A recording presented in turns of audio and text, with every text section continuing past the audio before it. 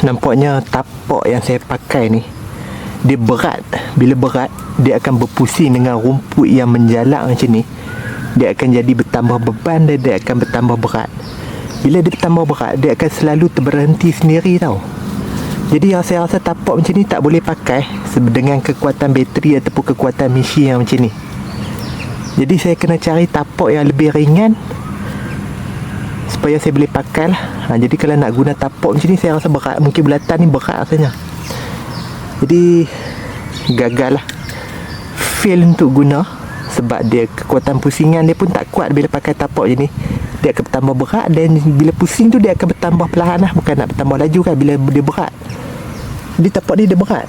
Dia boleh mesin untuk lapisan atas rumput saja. Untuk ke bawah rumput, untuk lapisan sampai ke bawah ataupun dasar rumput tak boleh pakai. Jadi bila kita tengok dia menjanak kat sini, dia tak boleh nak pusing. Sampai berasap lah. Dia punya motor kot rasanya dalam ni. Dia sampai panas, dia akan berasap, keluar asap macam tu. Jadi saya kena buang dulu lah. Jadi saya akan tukarkan dengan mata yang lebih tajam lah.